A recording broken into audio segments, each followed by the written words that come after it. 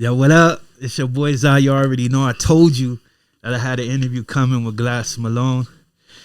Hey, man, I don't really. I'm so nervous at this because it's like I don't really do interviews. Shit, you know what I'm saying? Yeah, I don't really do interviews. And then when I found out I said Malone, I said, what? I was like, man, I definitely got to get that interview. But before I even get into what I want to talk about, man, tell everybody what you've been doing. Man, really, I just been doing a lot of homework. You know what I'm saying? Yeah. Studying this shit I've been involved with. You know, not just leaning on my gifts, not just leaning on my, you know, what I was blessed with, but everything I could be. So I've been in a cold cocoon, dog, just getting it together to make sure I finish this game better than I started it. That's what I'm talking about. See, that's the one thing I think people fail to realize is like when you do music, when they don't see you in the spotlight, they don't understand that you still on the side getting that money. Like I know a few artists that do the same thing. Well, what worked out for me is like when I first got into business, you know, 2006 to 2012 before I started studying, I was making a lot of money. Like I was working, you know what I mean? Like Birdman, Mac 10, they did really good by me, you know what I'm saying? And I made a lot of money. So when 2011, 2012 came around and it was like, you know, do I shift the gear? Yeah. You know, do I go from third to fourth gear? Like I had to learn a lot to do it. So I had enough money saved up to kind of go, you know, 7-8 years without putting out a lot of music. You know what I'm saying? And to take care of myself. I ain't got no grip of kids, you know what I'm saying? So it wasn't nothing. I had bought property and I did different things. So I was all right. You know, I don't want to jump into the past because I know there's a lot of controversy over this, but I really want to get into that video that you made pretty much with Baby Lane and like, you know, doing the whole Tupac Must Die. Yeah. Yeah, that is funny because like that's when I knew I had it figured out. Yeah. So from like 2011, 12 to 2018, 19, like I was just studying. You know what I mean? I was studying what records were. You know what I mean? You hear a lot of niggas in the music business use the term record. And they not talking about every song. They talking about a specific type of song. So learning what records was. And then I started learning what hip hop was. You know what I'm saying? And then I started learning about marketing. Yeah. And it just took a lot of time. It took 7 years, you know what I mean, to really have like a skeleton type of understanding of this business. You know what I'm saying? So Tupac Must Die became like my test, like my finals test. If I was in college, this became my finals, you know what I mean, to get my degree. And I knew making it, I knew it would like fuck some people up because people naturally react. They don't really digest shit. You know what I mean? You done been in this shit a little, you know, you done been in this shit a little while, you know what I mean? Enough to know that people gonna jump to conclusions, but that's what make hip hop special. So understanding the culture and music and records, that kind of came out of it. Like I put myself in a position with the public to where they could really respect my opinion on a topic. And so just breaking it down and explaining, you know, street urban culture in Los Angeles. Yeah. You know, how we see things. If you jump on somebody morally, we like niggas expect somebody to come back busting. Yeah. And I knew that would be a hard pill for everybody to swallow, but it was still information that the game needed.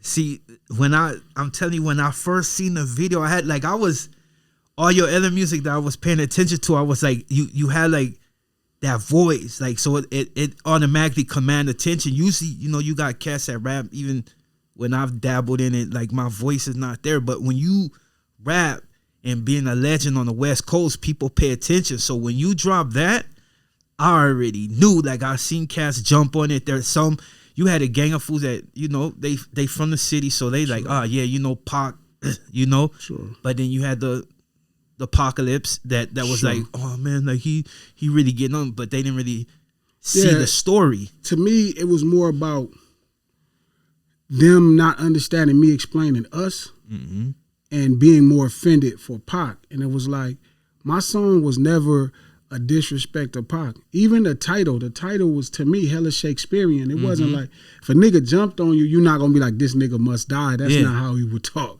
So I thought it was really, you know, sophisticated at that point. But, you know, again, like, I know the business we in, you know what I'm saying? I know the business we in as entertainers, and we applying a lot of real life shit to it. So you just got to take the good with the bad.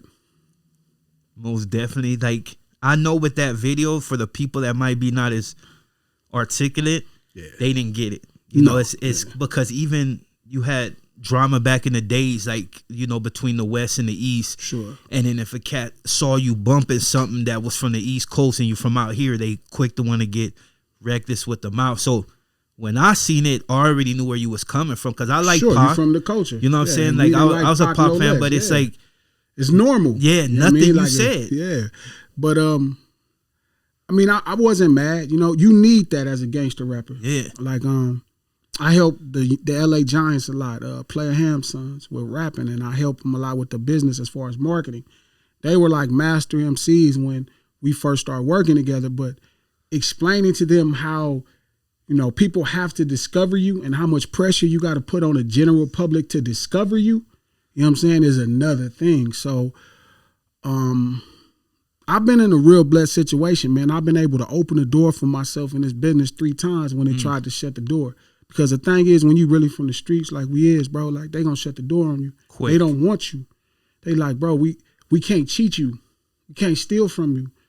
We can't, like, you see what's going on with Puff and all this crazy shit, and I don't believe half of this shit, but it's like, let's say it's real. Yeah. They can't do that to people like us. They can't just come in there and be like, hey, you gotta suck a dick if you want to make. It's like, that'll get them fucked over, you know what I mean? So it's like, when you from the streets and you authentic, they try to shut the door on you, and you got to keep figuring out ways to open it and make them have to deal with you. So shout out to the Ice-T's and different people who really came from the life, but understood how to keep opening doors for themselves. And speaking of Ice-T, man, like, you see his journey and where he's at now, and you still got some cats that be like, oh, well, he wasn't really, but he was out the West, right? Yeah, and he was on some shit. Yeah. Like, his whole squad, him and his squad was on some shit. So, you look at people like Snoop, people like Ice-T, people like Eazy-E, people that come from where we come from. You know what I mean? They wasn't like, they really still the culture. You know what I mean? They ain't never turned their back on the culture. No. You know what I mean? They was very much whatever the Los Angeles streets make us, they was that the whole time. And it was. I talk about Dog a lot today because I really look at him and appreciate that he never allowed them to force him to make him be somebody else. Yeah. Everybody else in the business get forced to be somebody else. He stood his ground the whole time, and again, we looked up, we see him on the Super Bowl, and he wearing a blue bandana suit, and he crib walking, and he being himself, and the whole world accepting. You know what I'm saying? So I appreciate that much about Southern California street urban culture. We kind of stand our ground, and shout out to all them people who did that.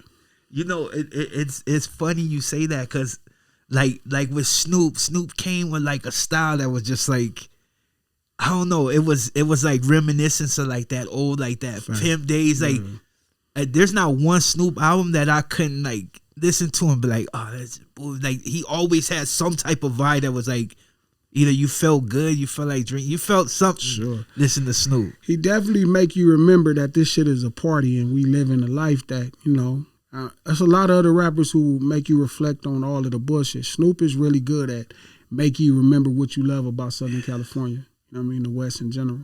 And the West Coast itself, like, it's always had its own little realm. And I won't lie, like, I was watching one of your interviews, and it was like you was really on fool's head that be. And at first I was like, ooh, shit, because I be, I didn't dabble in beats that be like from like, and I'll get like demented with it. Yeah. And then you were like on fool's heads about it, and I thought about it, they're like, somebody I was gonna bring into the interview, he's like, man, he ain't really with that music from nowhere else.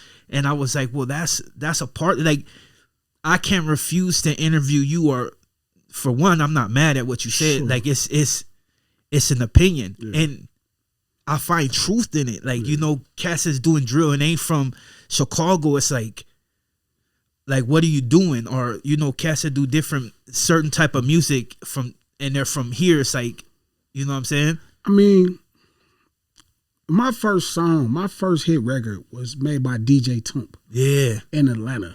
It sounded like an Atlanta song. ATL. Akon was on the hook.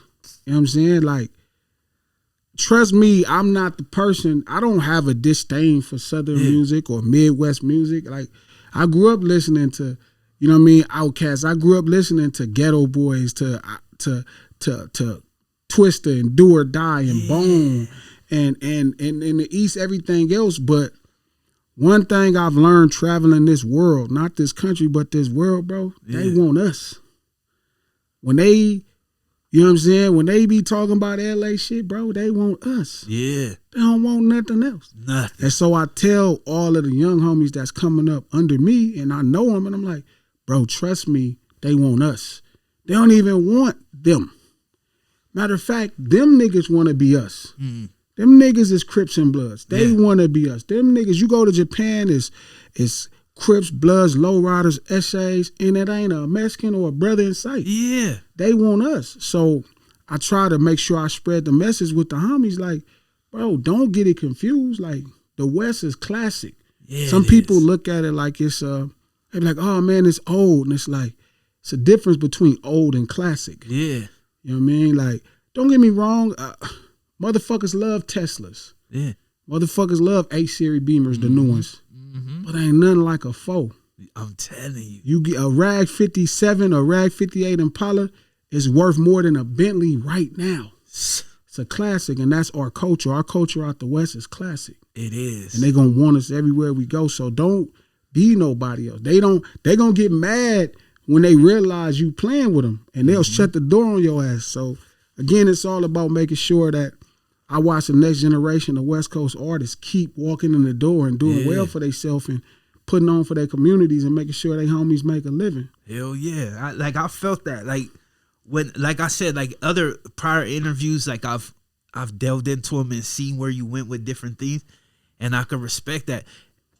For one, if it was just a regular cat that ain't did nothing, I don't care if you're OG, whatever, like, your opinion is irrelevant to me. Facts. But the simple fact that you've been there and done that, and a West Coast legend, like, these young cats, they may not know that name as much, but anybody from the West that, from like your mid-20s up to like, you mentioned Glass Malone, them, like, when I mentioned your name, I didn't even have to say your name. Just that one picture I put on my IG, you had people from Washington all over, like, oh, you know what I mean? They was really like focused. I say, yeah, you know what's up. I be trying to put on for all of us, man, and I really be trying to bless everybody with the information that I went and bust my ass for. Yeah. You know what I mean? Got lumps on my head from getting it wrong, and I'm like, look, you don't got to get it wrong, bro. So it's a lot of people that, you know what I mean? You don't got to make the same mistake. We didn't have nobody. There was nobody telling us shit. You know what I mean? We first came, me,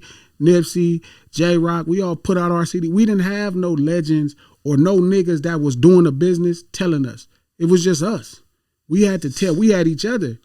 You feel me? So we gave each other advice, and we went through a lot of shit. You look at Nip career, people forget Nip put out his first CD, Slauson Boy Volume 1 in 2005. Victory Lap is 2018. I heard that shit when I was already busted. Not Victory Lap, but his other ones, his other mix CDs. But think about this: his first studio album, 13 years after his first mixtape. You know what I'm saying? So nobody know.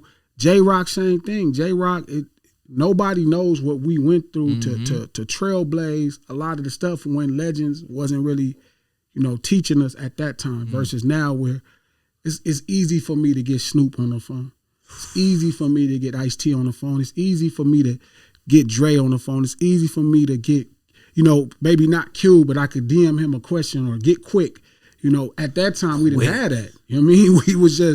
It was just us. They was like, you niggas is too street and we not fucking with that. You know what I'm saying? So it's like the next generation, we able to be there for them. And I'm able to tell them in interviews or when I see them in person, hey man, like that's probably not the best way to do that. Yeah.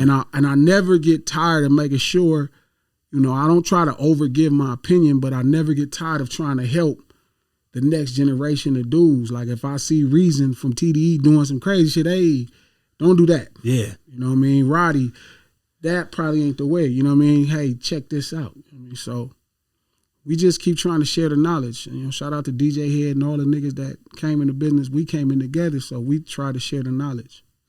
It's crazy the pull that the West has on the world. Like a lot of people like to reflect on the fact that from the East Coast, you know, it came from. But then I'm like telling people when it came to the West, it like went to another level. Yeah, you had cats that try to catch the bars, and you got cats that got real. They can get deep in the metaphor, especially them, you know, not parking all that. But it's just what does it feel like just to know that regardless of what happens in the future, you've put a stamp on the West that nobody can ever take? That's a real body of work.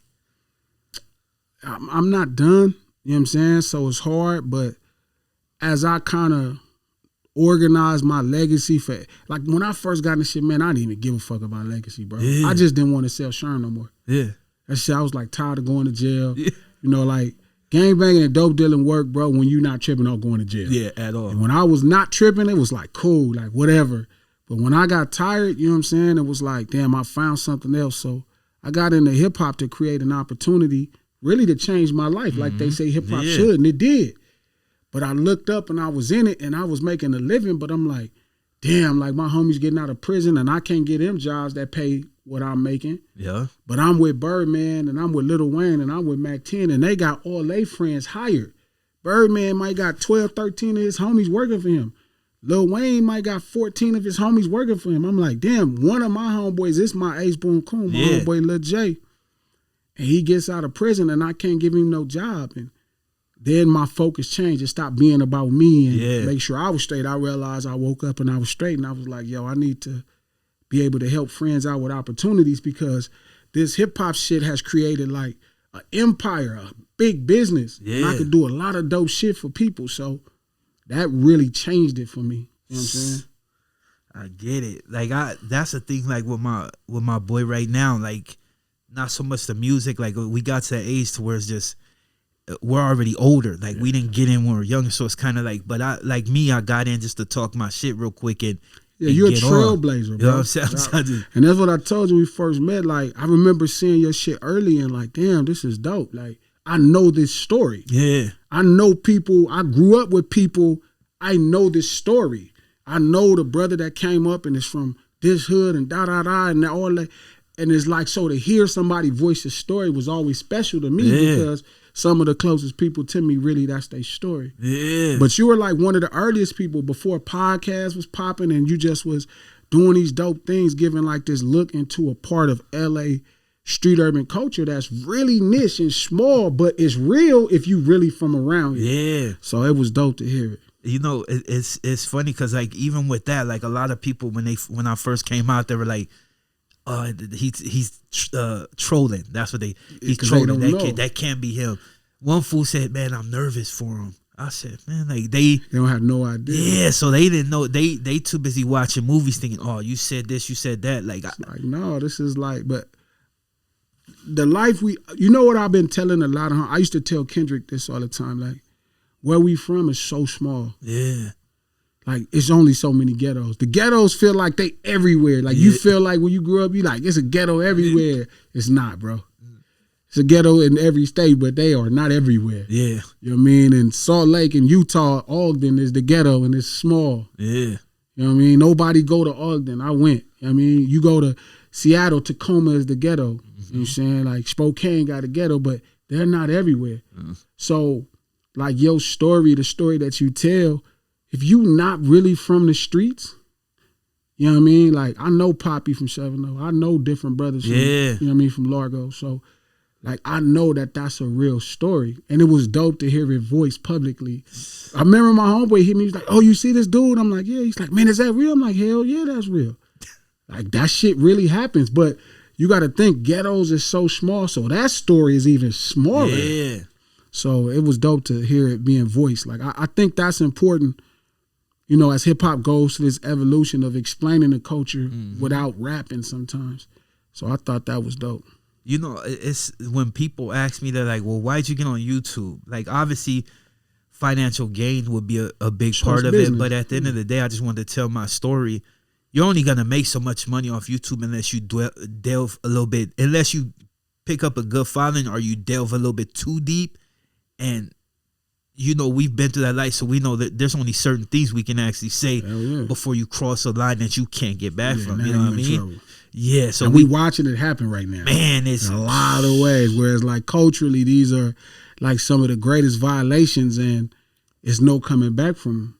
Man, you know what? I was gonna pick your brain about a few things. I ain't gonna throw too many names out here. You know what I'm saying? Sure. But it's like with the whole no jumper thing. Like, sure, yeah. I don't know. Like, what do you think about like that whole energy? Like, I've had my little voice about Wack, but it was more because he said certain things. Like, sure. So I went at him. Yeah. But just like, what do you feel about the antics? I know you don't want to, No, it's all good. I mean, look, man, no jumper. Like Adam has built a platform that has monetized street urban culture, and he understands it in a way. So like, if hip hop is street urban culture personified through the arts, they call them the elements: MCing, DJing, you know what I mean, breaking, graffiti. Yeah. Right. And then some they add the knowledge, right? That's street urban culture personified through those means. Adam like has figured out a way to not do it through the arts, where it's just literally the culture itself. Yeah. Imagine it like food, right? And hip hop is how you cook the food. You know what I mean? It's the way you season it and the way you cook it and all of that, and then you eat it, and it's like that's hip hop. It's like it might could give you a little high blood pressure, but at least it's nourishing and it's easy to make. You feel me? That's what make it the shit. Adam is just giving you the seasoning. Ain't no nourishment. It's just straight tablespoon of salt. No cut. You know what I'm saying? So to his credit, I think it's brilliant for him, right? Because it's like he knows it, because he'll go get a nigga that's just a gangbanger. Yeah. Like, why are you talking to this nigga? You have no business even talking to this person. Who is this dude? You know what I mean? And why would you put, him and, but again, when you an artist, you're refined and you're taught to handle yourself and not incriminate yourself. You know what I'm saying? But when you just from the corner and you like, our shit is fucked up because we think nobody give a fuck but our homeboys. Yeah. And then you find some fucking white man cuz is interested in your life. You want to tell him everything. This is like therapy, because we be really needing that therapy. So they sit up there with cousin, be probably talking a little too much to get him in trouble. But I think he's really smart because he knows exactly what he's selling. Yes. As far as Wack is different because, again, it's like Wack is a really smart businessman that uses the culture. Yeah. Like, he's from the culture like all of us, but he changed his mindset a long time ago about how he was going to do business. Yeah. And I think a lot of people entertain him that have no business entertaining him. I don't care what he's saying. You know what I mean? You supposed to do business with him and that's it. That's it. And I think other people get caught up. And everybody else up in the space is just like trying to find their way out of the streets. They trying to find their way to some substantial income. And you the culture, so, you know what I mean? You feel like you got to double down on it. So it's a tough out when you don't have the artistic ability. Yeah. You know what I mean? Like, if you got to say some shit. Well, you probably going to say some shit. Just like in gangbang, you going to say some shit that's going to piss people off. Yeah. And that's what keeps happening. So, it's definitely a unique thing that, we watching happen for sure. I don't know how it's going to end up, but it's interesting. I sometimes catch it, but most times I don't trip. I used to be on it religiously because it just used to blow my mind exactly how far Wack goes and all the people that he brought into his shit show, because it ain't just Wack no more. Now Wack is kind of docile. Sure. It's all the cats around him. You got dudes, I ain't even gonna say their name, but they spinning blocks on camera like, and I'm like, I'm seeing this shit unfold and I'm like, it really makes no sense. Like, if you trying to change your life and you trying to go this way, why in the hell would you be on camera spinning? Because this is all they think they can offer. And it's a fucked up thing, you know what I mean? And like, Wack is a really smart person, man. He is. Very cunning, you know what I'm saying? But it's a lot of 48 laws of power energy. And that's a very deceiving thing. And it's dangerous, you know what I mean? But cuz is grown enough to know the game he playing, you know what I mean? So long as he okay with, he might have to kill a nigga, he might get killed, you know what I mean? Yeah. He's smart enough to know. He been to prison, he know how this shit works. So And all of them other niggas, I feel bad for them only because like people that's trying to volunteer that type of service, Yeah. you know what I mean? Because that's all they feel they can offer. And it's like everybody that come from where we come from got so much to offer, but you get so reduced down. I used to have a homie, bro, from 18, and he used to always be like, man, I'll do whatever. I'll kill this nigga for him. Like, bro, I'm not fucking with you to have you do the same thing you could have did for your homies for free. I don't need you to do nothing to no nigga for me. Like, I'm trying to get you out of this shit. Yeah. You know what I mean? So don't volunteer to hurt no nigga fucking with me because I'm not, that ain't the program. I wouldn't even use you to do it. I would do it myself. So brothers got to see more. Like it was a time when my homies asked me that I was upset with no jumping. I'm like, nah, bro. Like I get the conundrum. Yeah. I get the conundrum, bro, of you coming from, like, rap did it for me. Yeah. Like, rap became, like, my therapy. Like, if you listen to all the early Glasses shit, this is what I was really going through. We really was getting shot at, was shooting at niggas, going to jail, selling dope. It became my therapy. Yeah. So I get how it is sitting in front of that mic talking to that man that has an interest in where you came from and how therapeutic and how, you know what I mean, relieving it is. But then you got to think, like, you know what I mean, like, this ain't no therapy session, nigga. Yeah. Everybody could hear you. There's consequences. Yeah, everybody could hear you. Like, if you talk to a real therapist, that's a private thing. Nigga, this is in front of whoever pressed play. Yeah. You know what I'm saying? So, it's you know, I could talk shit about niggas who go and, oh, man, you know, they stupid. It's not, bro. They just, people want to change their life so bad. They want people to know their story. They so tired of being ignored. That's why gangbanging work. Gangbanging is that because niggas be tired of ignored and they struggle going unheard and they find a bunch of other niggas that could relate to their struggle. Yeah. So I respect that, and I would never say a nigga dumb going on there, you know what I mean? And I would never say Adam is crazy for being vested in something that he's been listening to his whole life. Like it's like he gets to talk to us for free. For free. You know, like he probably only heard Too Short and E40 and them and Ice Cube and Snoop, and then one day he could talk to somebody that come from that shit. Like this is his dream come true. Like he could talk and you could listen to him or like Vlad or certain people, and they'd be like, yeah, you know, well, you know, I talked to the homie and that this is their dream to be our homies. You know what I'm saying? Yeah. So back to the same thing with the rappers from the West. You know what I'm saying? That's why you got to understand how powerful it is to be us. Yeah. That's why you can't trade it to be drill. You can't trade it for trap. Nope. I don't care how popular you think it is, because currently we always in season. Yeah. Like, nigga, it's a white man, cuz Adam built a whole platform off of talking to us.